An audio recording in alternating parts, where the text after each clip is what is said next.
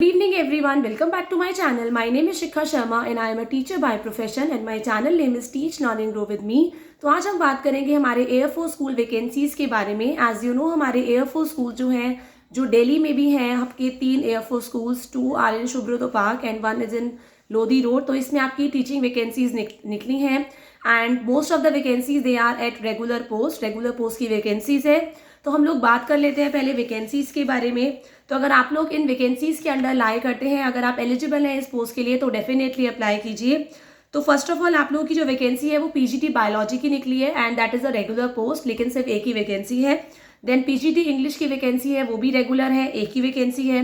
Then we have TGTs vacancy, TGT English vacancy regular post है, ये 2 vacancies हैं। Then TGT Hindi and Sanskrit vacancy, ये भी आपकी 2 वैकेंसीज है। देन टीजीटी साइंस वैकेंसी है जिस विद बायोलॉजी बैकग्राउंड और रेगुलर पोस्ट है, 2 वैकेंसीज। देन टीजीटी साइंस की वैकेंसी है again with physics background, regular 1 vacancy. TGT music instrumental की भी वैकेंसी है, रेगुलर पोस्ट है, 1 वैकेंसी।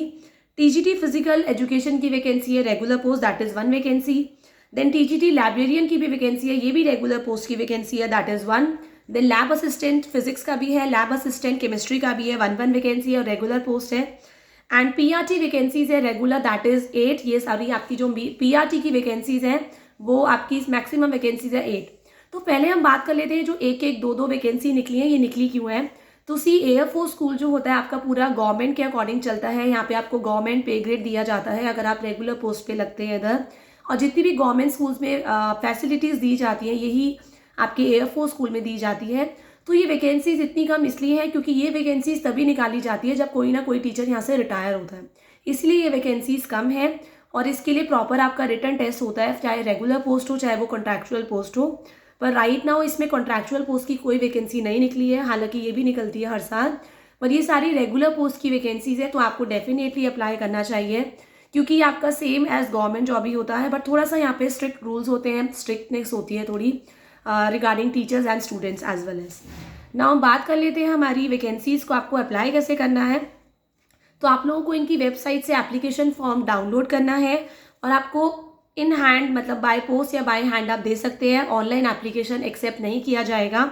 आपको 28 नवंबर से लेके 15 दिसंबर तक इसमें आपको अप्लाई करना है। आप वहाँ जाके लोधी रोड जो है आपका एयरफोर्स स्कूल जो लोधी रोड में है वहीं पे आपको देना है, या बाय पोस्ट इसको कर सकते हैं सबमिट। 9 to 1 का टाइम है इसको सबमिट करने का। देन उसके साथ साथ आपको क्या देना है ऑनलाइन फॉर्म के साथ, आपका डेट ऑफ बर्थ का सर्टिफिकेट होगा। यूजुअली आप क्लास 10th की मार्कशीट दे सकते हैं। देन आपकी डिग्री होगी, जो भी आपकी ग्रेजुएशन है पोस्ट ग्रेजुएशन है उसकी डिग्री, उसकी मार्कशीट्स। आपकी बीएड की डिग्री हो गई। अगर आप लोगों का कोई एक्सपीरियंस सर्टिफिकेट है तो डेफिनेटली उसको दीजिए।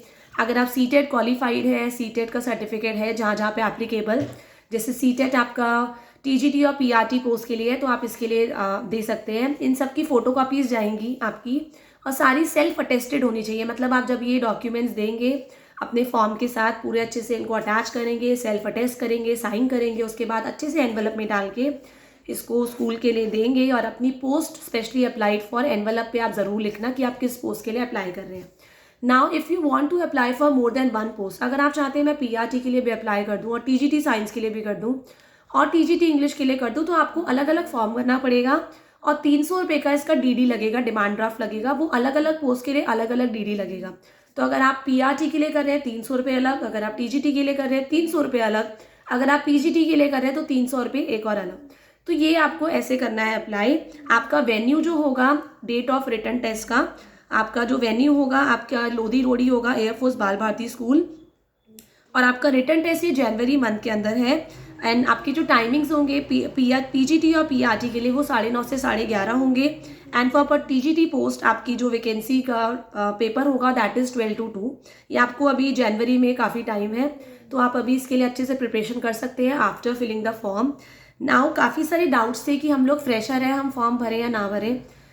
मैं तो आपको यही बोलूँगी अगर आप फ्रेशर हैं, क्योंकि ये एक्सपीरियंस कैंडिडेट्स को ही ज़्यादा प्रेफरेंस देते हैं। अब ये मुझे ये सब इसलिए पता है क्योंकि मैं यहाँ पे अप्लाई कर चुकी हूँ, यहाँ पे सिलेक्ट हो चुकी हूँ। मैंने यहाँ पे आज से 2 साल पहले टीजीटी केमिस्ट्री के लिए रेगुलर पोस्ट का एग्ज़ाम क्लियर किया था और मैं 10 स्टूडेंट्स में शॉर्टलिस्ट भी हुई थी। उसके बाद मैं इंटरव्यू में भी शॉर्टलिस्ट हुई, लेकिन आफ्टर दैट काफ़ी टाइम तक कॉल नहीं आया। और उसके बाद आया कि क्या मैं कॉन्ट्रैक्चुअल पोस्ट के लिए ज्वाइन करूँगी। मेरे पास मेल भी आई प्रिंसिपल की, तो मैंने रेगुलर पोस्ट के लिए एग्ज़ाम दिया था और वो कॉन्ट्रैक्चुअल के लिए मुझे बुला रहे थे for TGT chemistry and I said no for that, इसीलिए मैंने वहाँ पे ज्वाइन नहीं किया।